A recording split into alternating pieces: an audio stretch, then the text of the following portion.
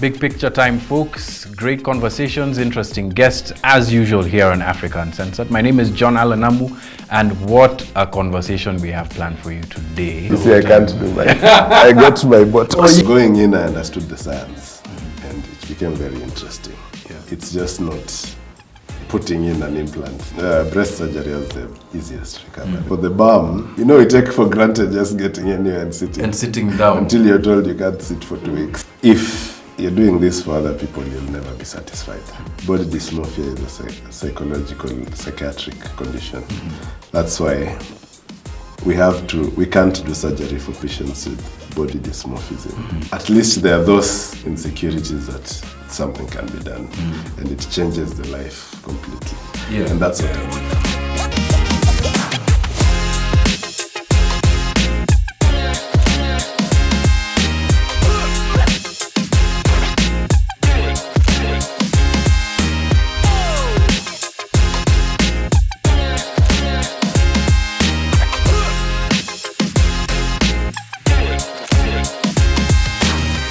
It's one that has been a running conversation since at least the 50s, but more so in Kenya, maybe at least the 70s. But since COVID, plastic surgery as a subject, as a practice, as something that people are very interested in, has become somewhat of one of these popular best kept secrets here in Nairobi, but as well as the rest of the country and the continent. It's following and tracking on some very interesting global trends. Here to discuss it with us is a plastic surgeon of repute here from here in Kenya, Dr. Ken Aluora. Thank you very much for joining us here on the big picture, Doctor. Thank you. Yeah, thanks for having us. I know it's it's busy in between the nips and the tucks, and rare that we get this opportunity. But I appreciate you. Yeah, thanks a lot for coming. Obviously, in studio, made up. I don't know whether you'll be a client after this as well. Maybe. You might need something. I need to look like this all the time. I hear these fake beards these days, so yeah. Who knows? Una struggle hapo kidogo. Don't worry. Tom Mukwana, fact checker from Piga Firimbi. Tom, I'm sure you've got some very interesting fact checks. Yeah, definitely. It's about procedures and just everything to do with surgery in Kenya. Mostly. Should have given me this before you it's everything I'm sure you know. It's everything I'm sure you know. So, but let's start there, Dr. because we try and do as much fact checking as possible on this show, just so we can get people into the practice of looking at information more critically, right? That's important. And a question I like to ask my guest as one to kick off the show is, what's the weirdest thing that you've ever heard or seen about? It's usually about themselves. I want to ask you about plastic surgery. What's something that is out there that people believe but you know to be totally fake? Wow. I have to many. think. One, let's see. That, that plastic surgeons kill people. Well. People believe that plastic surgery is dangerous. Yes. Well, that it's dangerous generally. Yeah. But was that the case in the past and now it's not, or has it always been a very safe procedure? If it's done by a qualified surgeon, it has to be a safe procedure. Because part of the oath, Hippocratic oath, even plastic surgeons have to take Hippocratic oath, is that patient safety is utmost, right? So one of the things is everyone will focus on one or two or three deaths that occur that might have occurred normally, right? Yeah. Of course, some might have issues, but yes, because the first thing is usually that plastic surgery is dangerous. It's dangerous. And that's a myth. There's someone who's in the corners waiting to perform a botched exactly. So those, to be frank, are not. No, they're not. Plastic surgery is actually very safe. Okay. Yes. Now, just to push back on that a little bit, do you know of any deaths in Kenya that have occurred from the practice of plastic surgery on the table? On the table. On the table or even after because of side effects? Oh, okay. Yes. Some have been in the papers, of course, so I can't lie. Yeah. You and I both know what has been there, of course.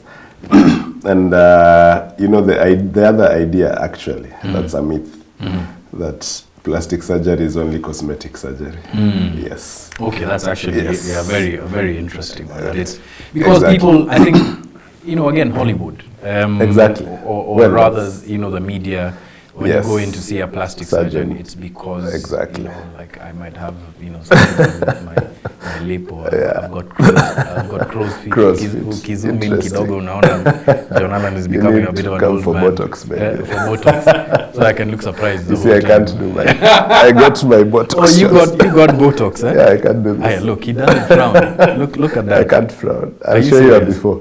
Wow. Yeah. That's It's incredible. like 4 days in. Oh, you just did it 4 days ago. Yeah. In the conference I told you about, Yes. I was going. Also, you I was used as a guinea pig As a guinea to teach pig. people. All right. Yeah. And is it That's it. painful? Not really. Uh, Yeah. We use very small needles. It's Yeah. like a mosquito bite. Okay. And what do you insert when you're doing It's Botox? a botulinum toxin. Okay. So it's a toxin that paralyzes the muscles. Because what helps you do this is the muscle, facial muscle. So mine are paralyzed. So I can do that. Wait, I was so with- I always thought, and maybe this is another myth, that Botox actually stood for something that you insert, like something like gelatinous. Oh. That now fills out the... That's a filler. Oh, that's a filler. Yes. Also, there's a difference. There is Botox and there's a filler. Yes. Botox is a toxin from botulinum. So botulinum toxin. Yes. Botox. Yes. Interesting. So botulinum is a bacteria that it's a very dangerous toxin because it paralyzes. It's even used in warfare. In warfare? Yeah, but very high doses. What we give is very small. Okay. Yes. Yeah, because I was about to say that like a very big dose of Botox would leave us Yes, there. exactly. But it has to be in thousands. Yeah, as we are giving like 2 units. Yeah. All right. Yes. How much Botox would it take to paralyze a human being? Yeah, that is, I think over 500 units. Yes. And so it can't be in one syringe. No, Uh, because I was put like, all this was like, what, 40 units only. yeah. Yeah. Interesting. It's impossible to give you, That 500 will be like, like 50 needles or Wow. or 100 needles or Yeah. something. Yeah. So you really need to be intent on Yes. paralyzing Plus, someone. what is sold is like 100 units max. Ah, Yes. very interesting. Yeah. The plastic surgeon who is also a guinea pig and also uses I use what I eat. Yeah, The yeah. myth is if you have an interesting wife, yes. give the kids the food first.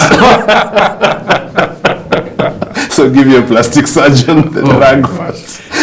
That is so dark. Anyway, so yeah, but yeah, that's okay. Interesting, That's what yeah. we are talking about. Yeah. They can occur, and that's why we are always trying to be safe. So Yeah. we have to do your pre-op tests before, and definitely tell you about the risks.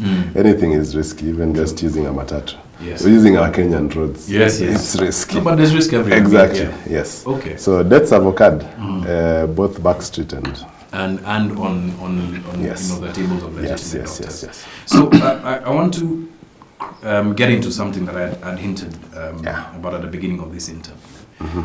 COVID-19 came and changed our lives in many ways. I mean, True. I think, you know, anybody whose life hasn't been changed Yeah. in some way, perhaps, you know, was asleep through the entire period. Definitely. And the assumption would have been, especially for non-essential surgeries. Yes. And I'm talking now about the non-essential part Yeah, of yeah, yeah. plastic surgery. Yes. The The luxury part. Yes, the luxury part. That this would have killed off your business. That's true. Did it, or was there, you know, because I've been reading a little bit about what's been happening around the world. Yeah. Did it kill off your industry? Funny enough, no. Actually, it shot up. Yes. So then you guys are tracking with the rest of the world. Yes. Yeah. It was very interesting because now there were so many people who wanted to get their treatments.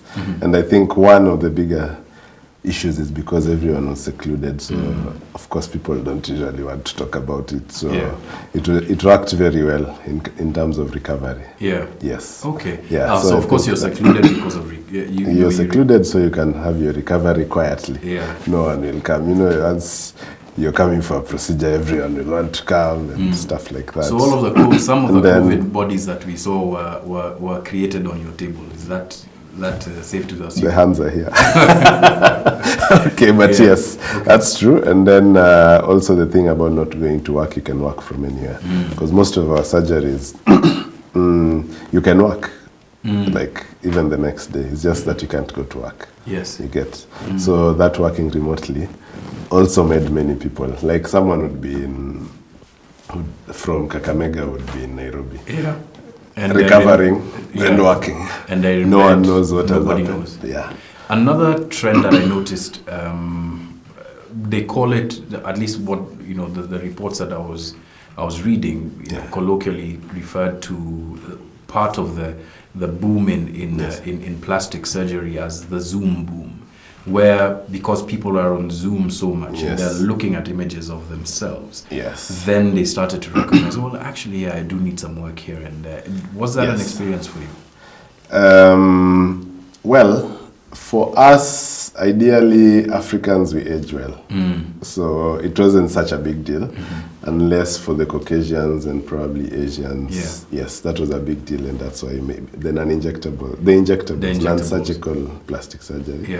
Yeah, Botox, fillers. So, yeah. And the TikTok face, such stuff. Interesting. Yes. So filters on TikTok, possibly Instagram, have been influencing, driving towards your business. Of course. Right. Yes. But does anybody ever come to you like with their phone and they'll be like, look at this filter, I want to look like this?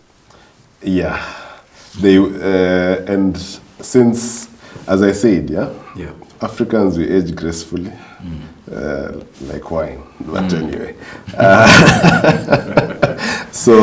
but that's part of the skin types. There are 6 skin types. So our skin type ages well, slowly, but now the problem is the healing. Scars are bad for us. So for us, most of our work, facial work, is less compared to Caucasians and people of other races. Yes, the darker skin face, we are usually, like, if you look at your peer, a Caucasian, you'll definitely think they'll probably be looking at a facelift. Yes, but for us, our skin is good until your 70s. So there's actually science behind the saying black don't crack. True, actually. Our skin is thicker and it's heavier, so it can withstand even because issues is sun damage, gravity. So what happens actually, if you look at the elder age groups, you'll see they have saggy, because our skin is heavy, so it keeps going slowly. It holds up well. So it sags. So you'll see most of our elderly have sagging skin here. Yes, but it takes time before it gets there, because our sun damage, we withstand a lot of sun damage. But of course, as we are continuing to mutate, we'll probably be all the same. Would you have like a metric on like how much slower Africans tend to age, or people with black skin tend to age than people of other races? Not really. I don't think there's anyone who studied that.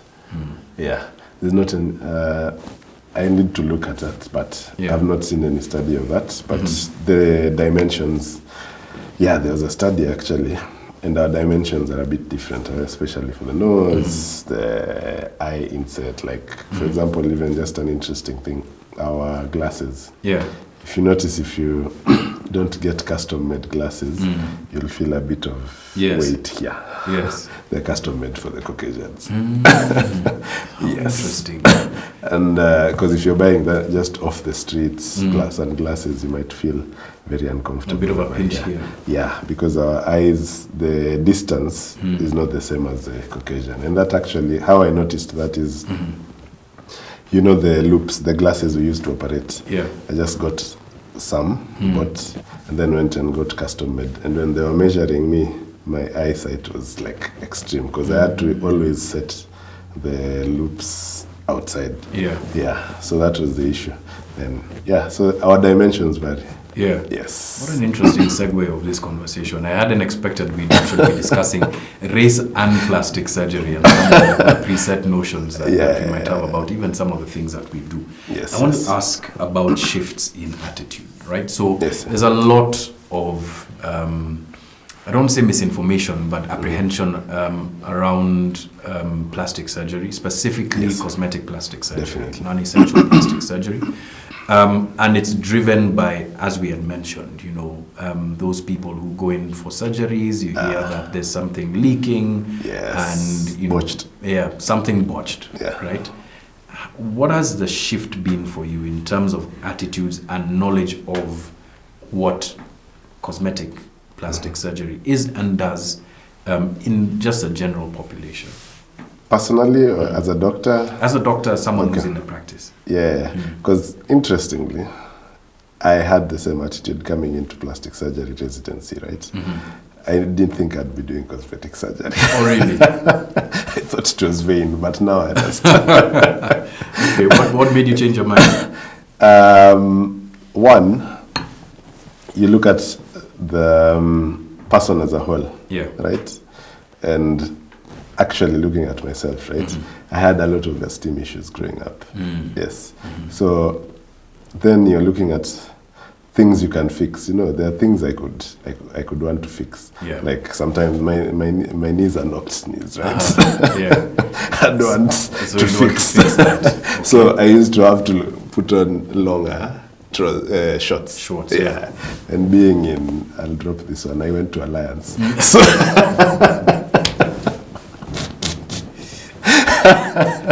you'd be surprised, but you're actually the first person who said that. Given that we've interviewed a lot of people, I'm very surprised. Very nicely surprised. Anyway, carry on. So you see the shots, Yes. This is something, they're quite they're eyesight, above the knees. If they were below, they'd look saggy and stuff. Yeah. So it usually used to bother me. Anyway, that's notwithstanding the length of my kisogo. Such stuff. Yeah. This is so interesting. Yeah. But things so, that you'd get teased about exactly, on the playground. Exactly. Then now become sort of like inset, yes. Things that you become insecure Yeah. about. Okay, so I was looking at that, and then now patients are coming, right? First, I was naive coming in because I didn't know the science. I'm someone who likes understanding something. So I really thought, these guys, what are they doing? Yeah. It's the thing of you hate something because you don't understand it. You get. So going in, I understood the science, and it became very interesting. Yeah. It's just not putting in an implant. There's too much thought process before you get to putting in the implant. Just not chopping off the tummy. There's a lot of thinking that goes in.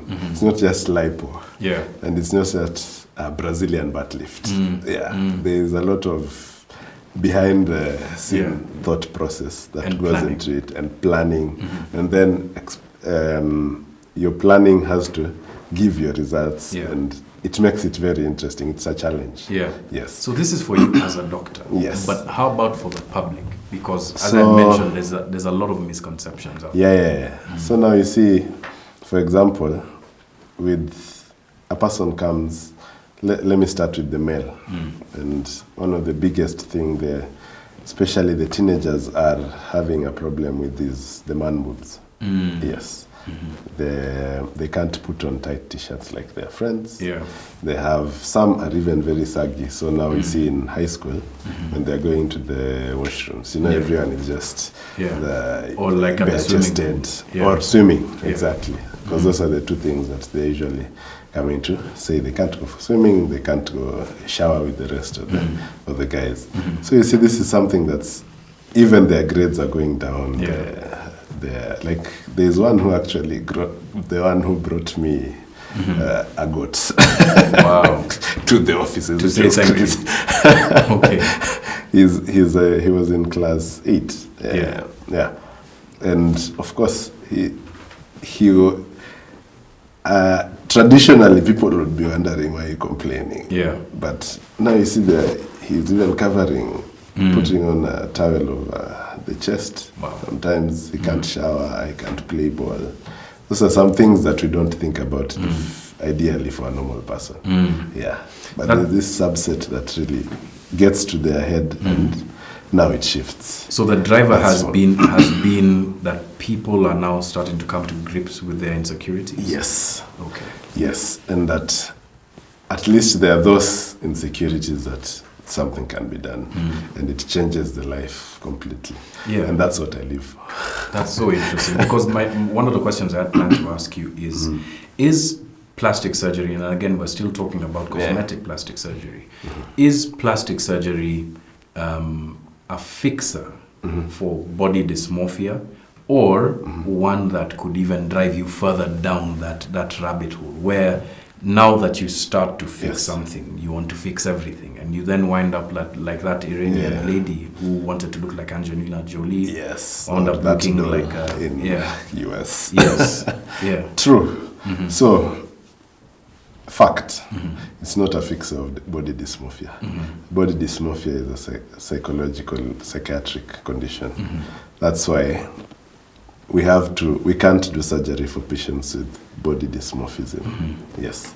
And that's where now the consultation comes in. Yeah. Otherwise, you will get into troubles because some of those patients are even narcissistic and all those, but you have to really sieve out. So we have to look at why are we doing the surgery. Yes, someone can tell you like you're really built. Like Unamaliza.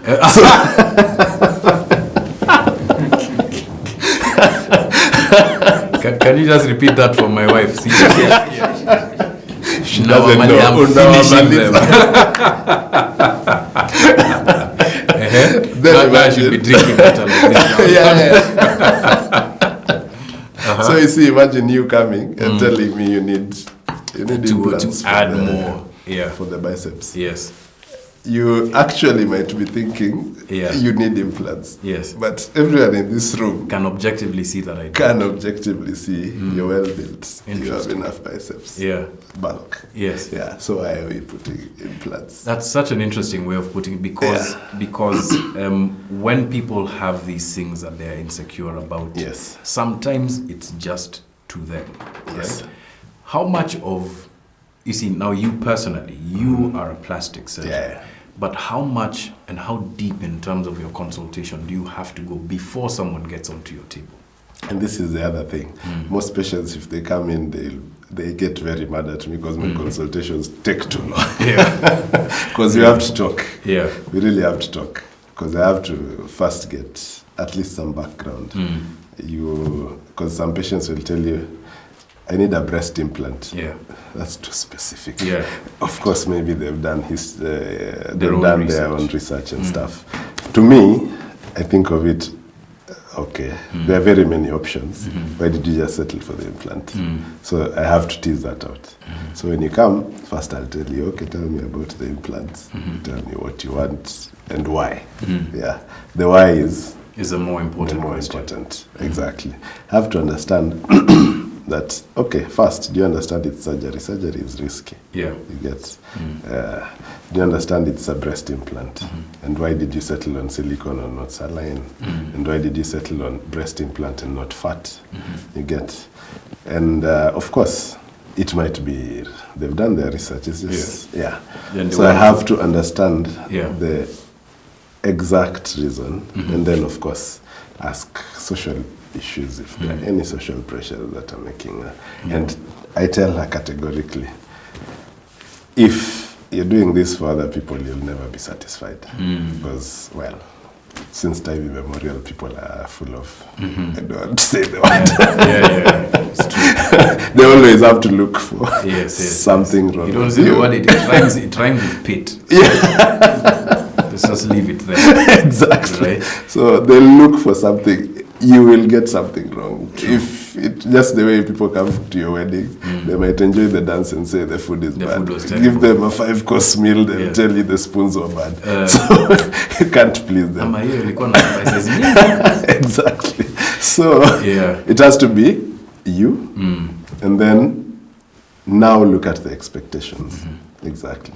On expectations, I want to kind of go back a few questions back and bring up the social media question. Yes. Right? So social media today informs a lot of human social interaction. Even government.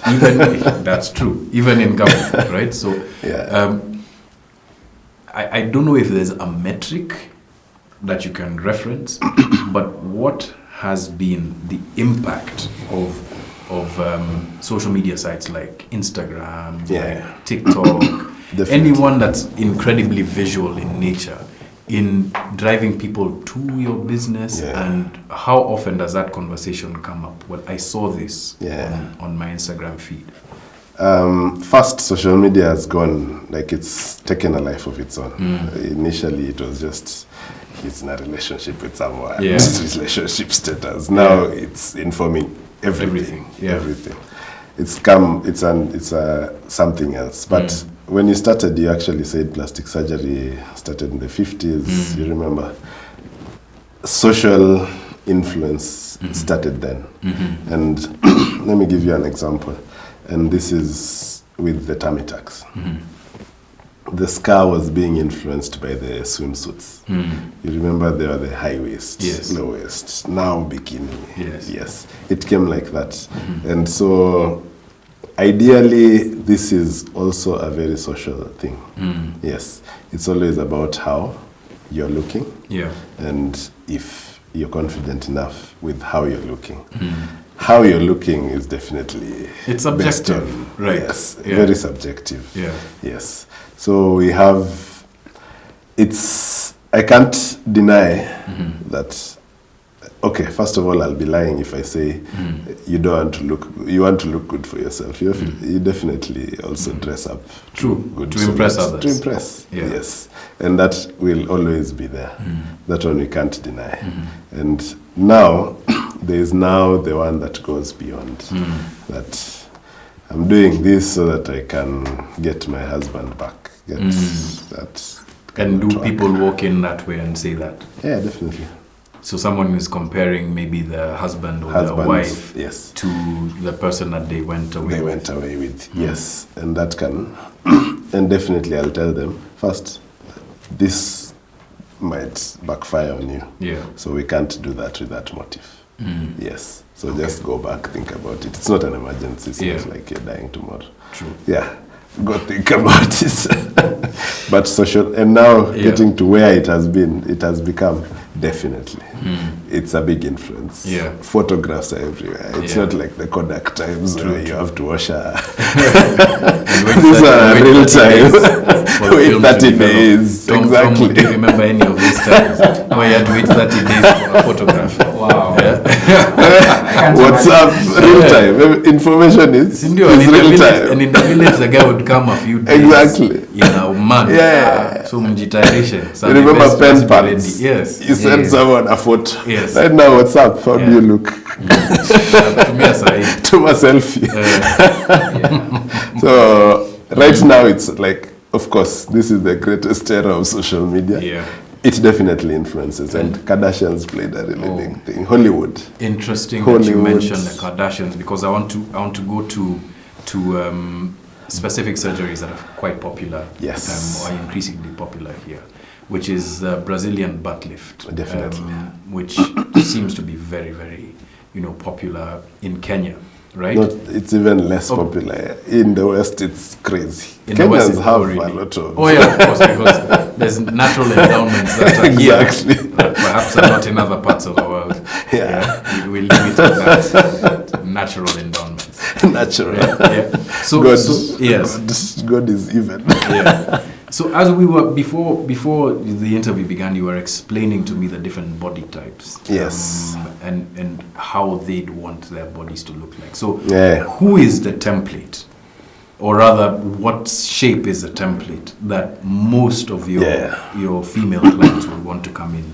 I'd say most templates are from influencers. Yes. Yes. Okay. Whether it's Kenyan influencers, whether it's European, whether it's... And what's that shape? The shape is actually a round or pear shape. Round or pear? Yes. Okay. And I'd say the pear shape is the one that gets most attraction. That's interesting. Yes. Okay, I'd have assumed that it's a round shape that would... The round gives you also projection. Like, it's almost round, but there's also the hourglass that's coming in. Because round will have an interesting hourglass, yes. But, and that's what we do in consultation, of course. We'll tell you, there are people who come, which we are always very happy if you get a patient with a pear shape and just wants augmentation. That's very easy. And it's good to us. It's much a simpler. It's a simpler. But now when you get there's also the V.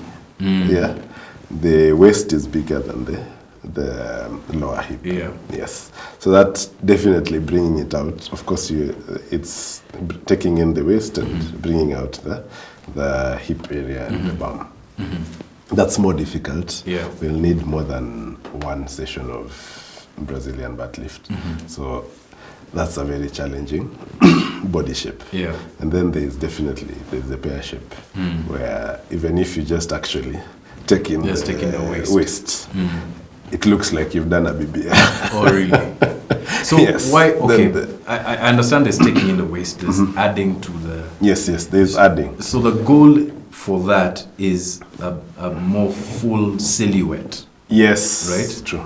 Not actually the size of someone's buttocks. Now actually, and this is why it's like a market for cars. You want an Audi, you want a Mercedes, you want...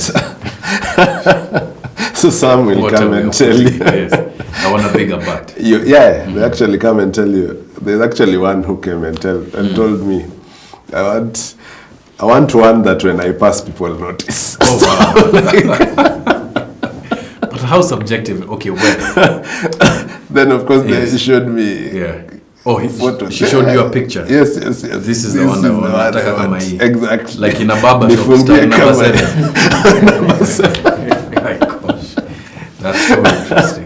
Yes. So, of course, now we have to look at, is it realistic? Because do you have enough fat to do that? Can we achieve that in one session? We probably, most of actually what you're seeing online have done 3 or 4. 3 or 4 sessions. Exactly. And what's the rest, the recovery period in between? That's the harshest recovery, in my opinion. Oh, really? Course, breast surgery is the easiest recovery. That's like we do in the morning. You're good to go in the afternoon, or the next day you're at work. So oh, really? Just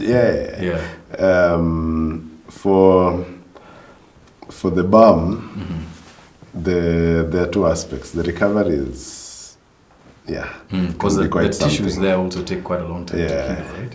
Yeah, but especially the part for not sitting on it. We take for granted just getting anywhere and sitting. And sitting down. Until you're told you can't sit for 2 weeks. So for 2 weeks you can't sit on your head.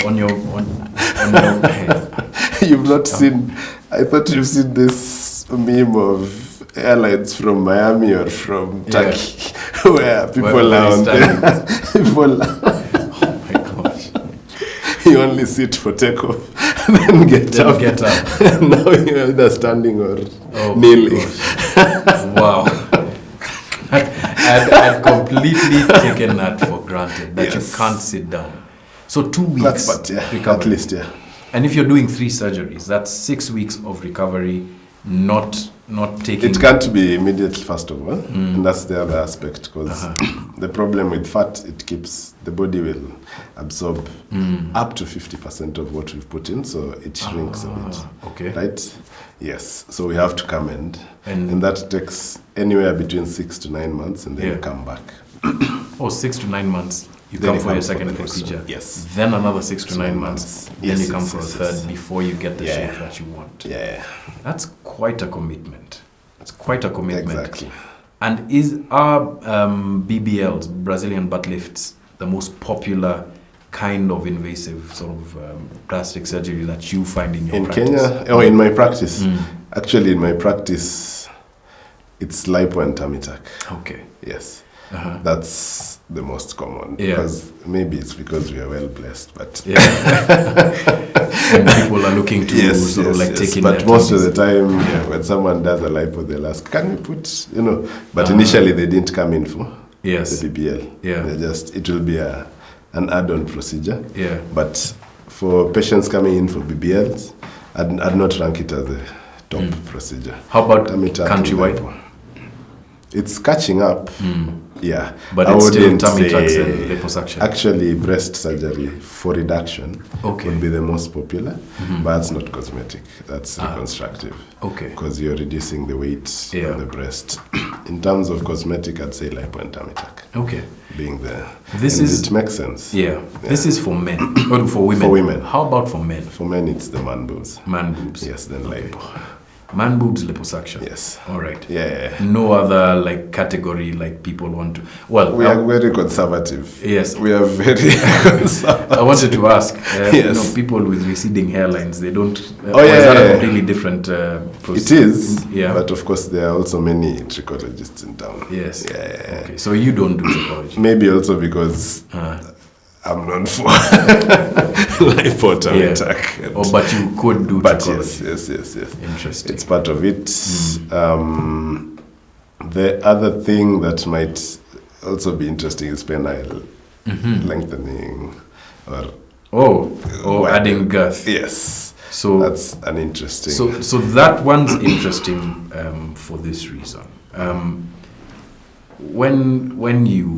When you're born, you'll have a certain size, a certain shape of your penis, and it usually falls within a certain length range, right? So for the normal human being. But what drives a person into your clinic and saying, "Man, I need to make this a little longer, or I need to make it a little girthier," Most of the times it's the partner. Yes. So wait, at home they're like, "Hey man, the person." Of course, you won't be told that at your vision. You might. Unapikiwa sausage na inakatwa nusu. Unauliza wapi ile ingine. You paid for the full one. So I shouldn't laugh, but yes, it's mainly just the way also. So it's a matter of perception, and sometimes driven by your partner. Guess what is the biggest sexual organ? What? The mind, right? Exactly. Yeah. Yes. It's not. Yeah. It's what you're told. You get and how you feel. So if you feel in your mind, so that's one that's almost purely psychological, right? Yeah, it's actually mostly psychological. So do you try and talk your patients down and tell them, and maybe even show them, look at these pictures, and this is the range, this is where you fall into. You can tell them, surely you're fine. Yeah. Yes, this is normal variation. Yes. Of course, there are those who will come with small or very thin. Then you can say, okay, so we can augment this and that. But if you're coming and it's normal range, which of course is 9 inches or what ladies give us pressure about, that's abnormal. They even can't take it. Wait, just 1 second. Just could you repeat that? Because there'll be some people out there who are being told, it's 12 inches. 12 inches is impossible because let's be scientific about it, right? Yes. The length of the vagina is anywhere between the normal will be 8 to 12 centimeters. Centimeters. Yes. We're taking 12 inches. So again, yet another social phenomenon. Exactly. That drives a lot of male psychology and perhaps even insecurity around their phalluses. Yeah, because we reconstruct vaginas also. Yes. Especially there are patients who are born without a vagina or it's closed up. That we call it stenosed, or it's not not developed. So we have to reconstruct a vagina.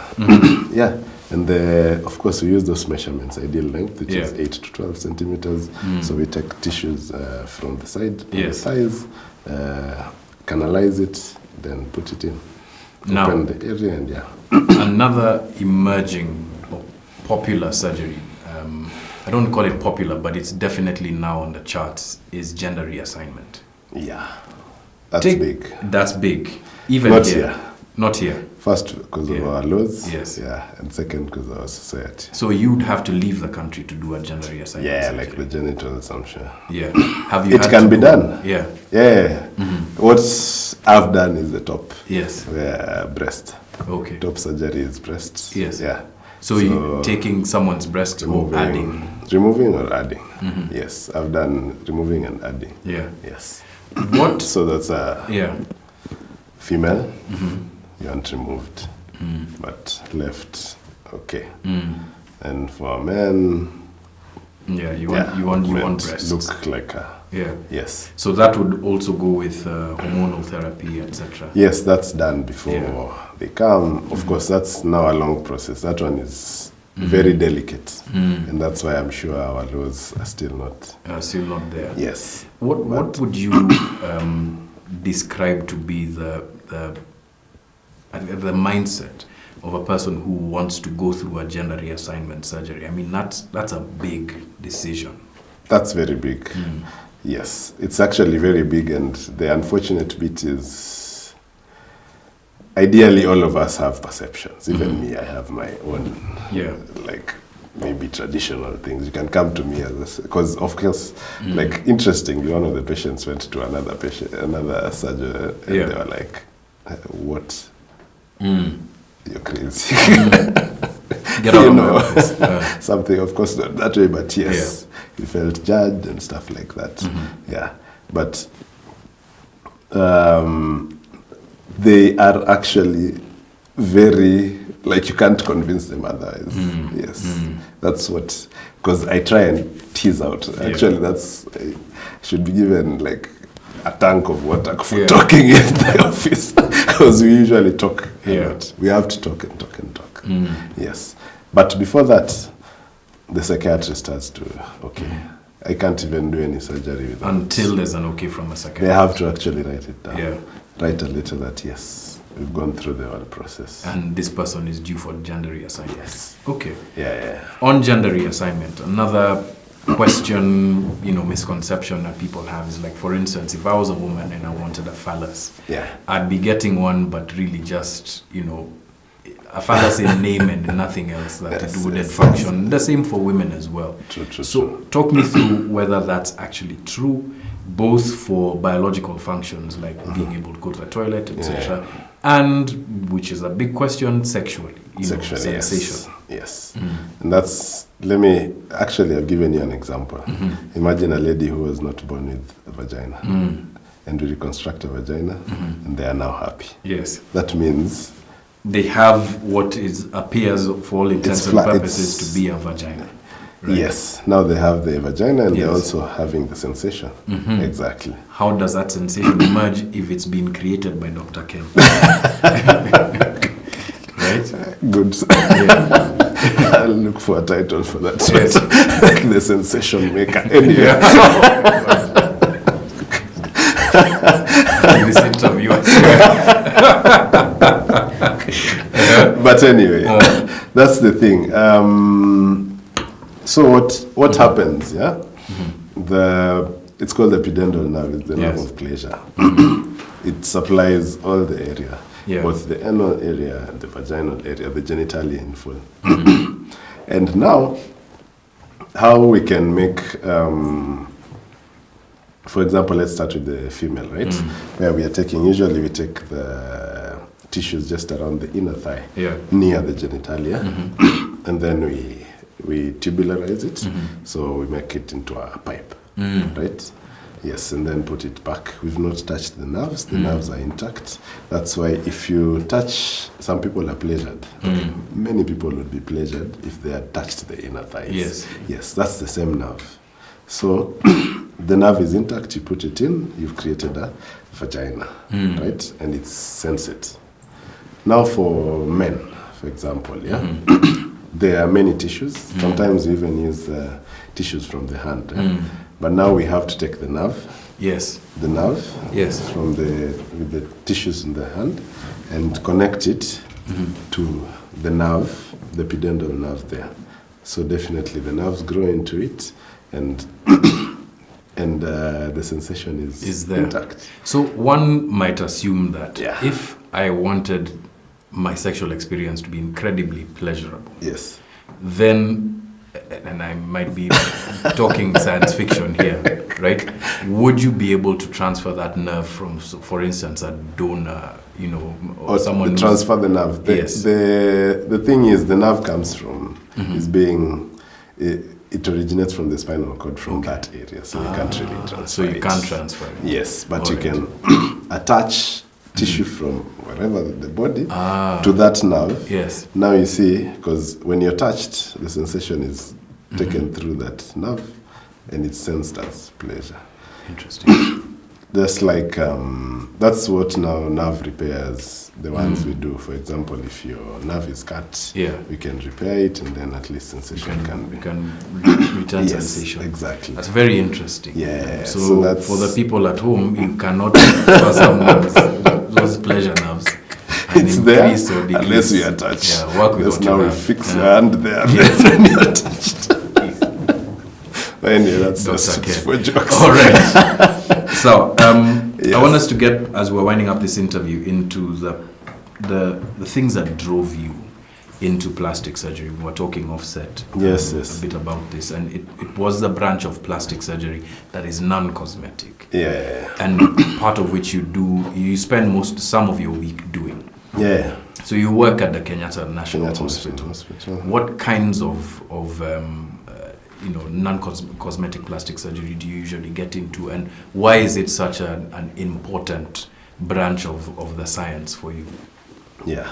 So for the other side of plastic surgery, the reconstructive side, it's now what we deal with burns, which is a lot, which is, of course, because we are a low-income country, burns will be a lot. For cancers, skin cancers, accidents, all the soft tissue, putting it back together. Yes. And then now the other things like the big breasts, gigantomastia, we also do some of them in Kenyatta. Yes.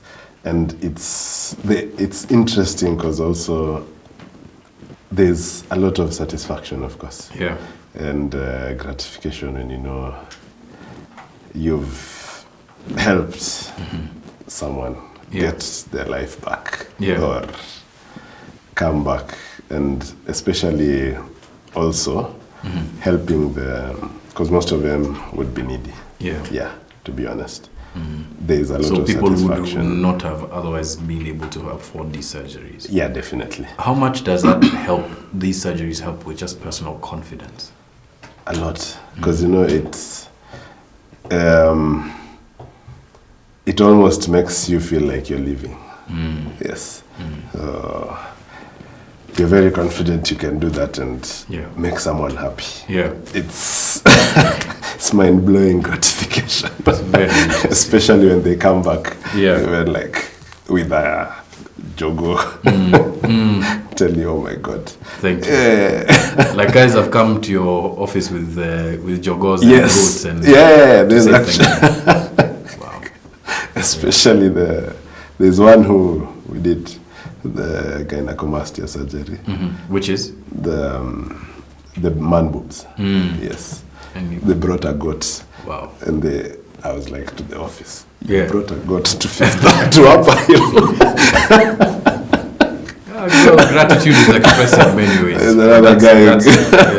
another guy who had amputation of the fingers.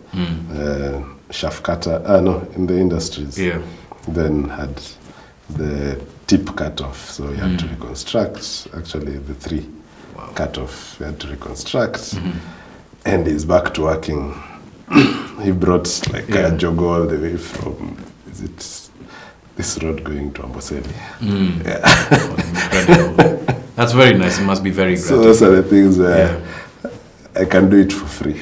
True. It's just that I have to pay my bills. You have to pay your bills. Speaking of bills, yes. Cost, Yeah. right? So over time, of course, you know, things that are non-invasive, etc., become more accessible. So for instance, like a Botox shot would cost how much? It depends where you go to. Anywhere between probably 800 shillings to 2,000 shillings per unit. Yeah. Yeah. So it's something that can be, you know, that can be correct, that can, and fillers as well?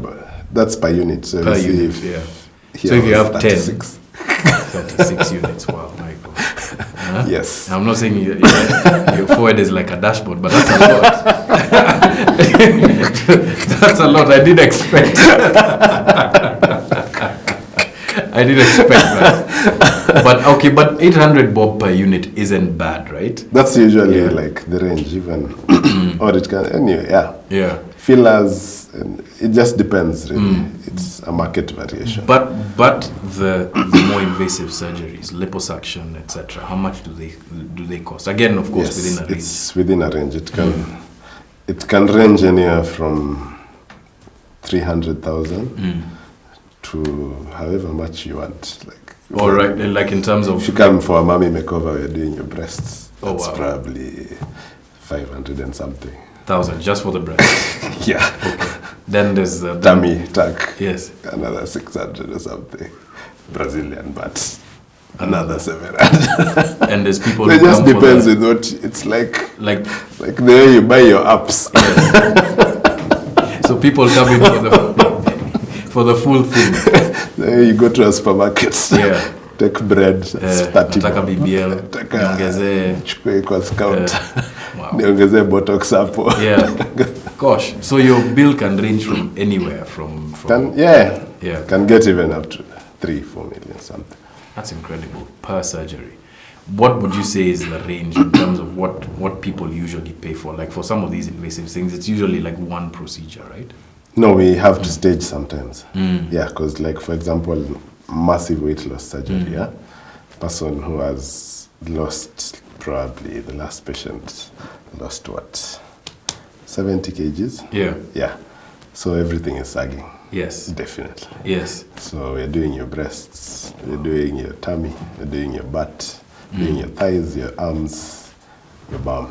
Gosh. Yes. That's a lot. Yes. And now we have to do it in stages. Yeah. Yeah. You should go to his Instagram. Right? So, part of how I found him. I saw this doctor holding what looked like a flag on camera that happened to be a person. I don't know if it was part of that. It was their tummy. And I was like, my gosh, that's huge, right? You know, I actually didn't believe you followed me. I thought that was a parody. That was now. Yes. No, it's very interesting. It was true. That's really incredible. Like, I have lots of questions, lots others, and I'm sure, like in the comments, if you want to ask questions, we can redirect them to Dr. Ken Aluora.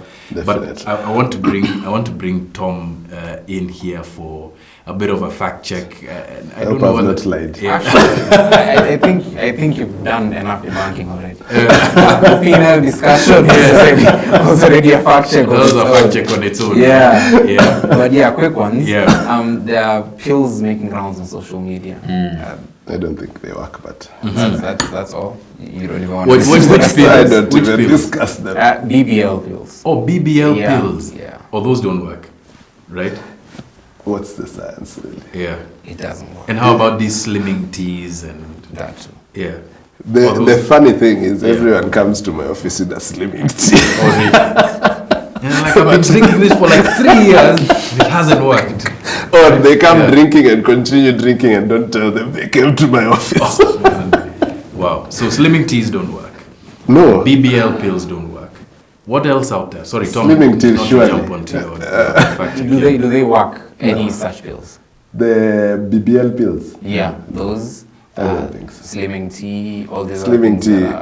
And like, okay, how it will work is you want to slim so you're not eating, you're only taking tea. And you're not taking tea will lose weight. Yeah, of course. Yes. Yeah. Yeah. So that's what they're playing with. You're losing weight. So you can lose weight ideally by nutrition, and the gym has to be added onto nutrition, because sometimes, like you gained, I'm sure, if you went to the gym. Yes. Yeah. So nutrition. So I don't think it works. So it's just like placebo. It's a psychological thing. Can you imagine a $1 million placebo industry that's just It driven is. by misinformation?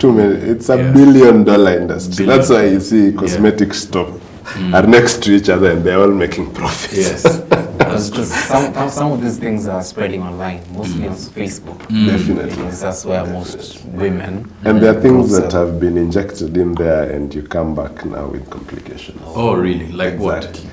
Things like silicone being directly injected. what? Okay. Yeah. Here, I don't know if Actually, guys are. Now that he's mentioned it, Yeah. there's this Facebook post, it says BBL injections for hips and butts now restocked. And they're on offer.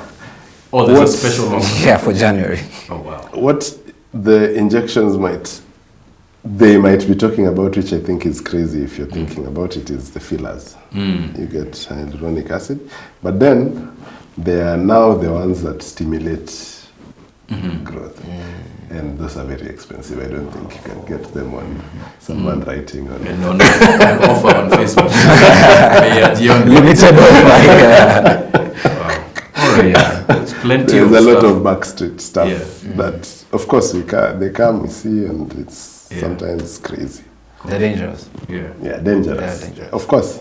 There's actually, yes, interestingly, there's a patient who came and one butt was flat, the other one was. Wow. So, Gosh. And it was because of these things. the injections, and then now when you do an ultrasound, you see there are crazy things inside. This one that's big, this the flat one. Like what? actually. Like what would they put inside? Like silicone and other Yeah, silicone and random concoctions. Yeah, I've heard of people injecting chicken fat and What? Yes. yeah, chicken fat. Yeah, we are easy. Nasty. Go to Yes. South America, you'll see Yeah. crazy stuff because there are too many backstreets. Yeah. Yeah, South America is too ahead of the game. Yeah.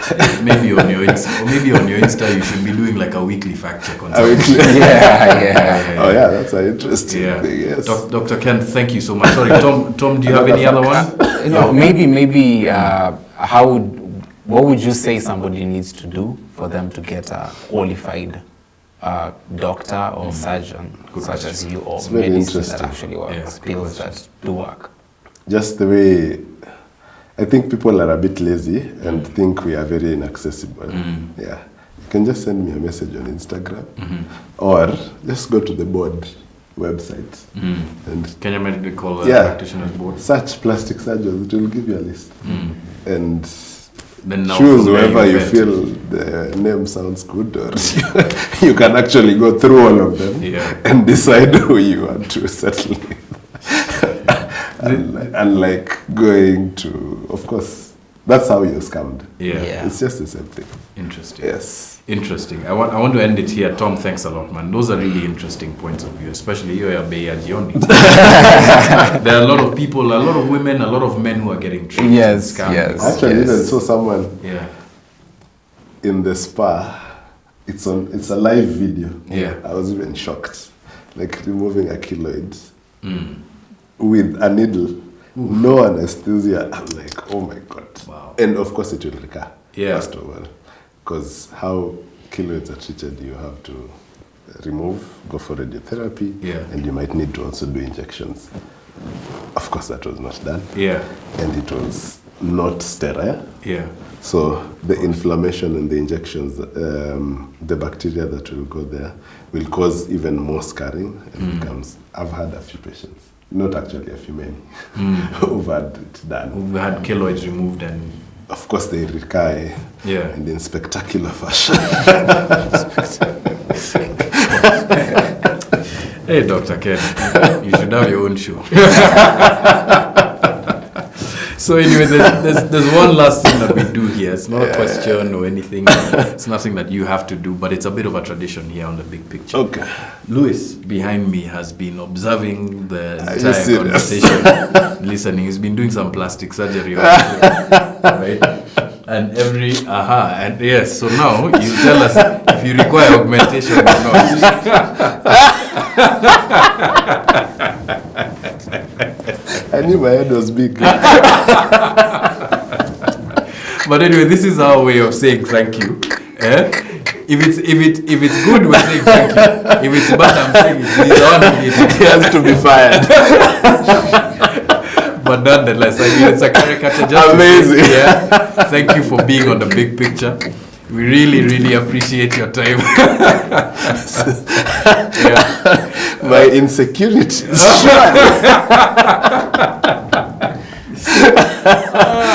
I told him as much on mine. I was like, do I have a gut that's that big? But you know what? It's a caricature and it's fun. So yes, we leave it at that. But this will be delivered to you just as a way of saying thank you for being on the big picture. Thank you. We really appreciate your time, Dr. Ken. I'll stick it on my. Wake up. That was me. That was me before plastic surgery, and this is me now. Can you see the difference? An endorsement. But Louis, thanks as usual, man. I would call you to be drawing my patients.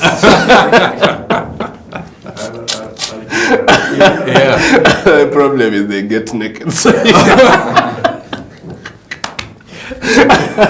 if they agree. This has been the most unexpected interview that we've had on the big picture. But anyway, guys, thanks a lot for joining us. We'll see you on the next one. And of course, Dr. Ken, before we go, you can tell that camera how people can follow you on Instagram and where to find you. That over there, on Instagram, Ken Aluora, Ken_Aluora.md. Yeah, but just search Ken Aluora, MD. Facebook the same, Ken Aluora. The page. The private one I won't accept. I'm not even there usually. Then on 5th Avenue, 7th floor. 5th Avenue Medical and Day Surgery Center. Okay. Can pop in to say hi. It will cost you, but it's fine. Yeah. Don't worry, nothing is for free. Once I we're charging. I'll sue you for my insecurities.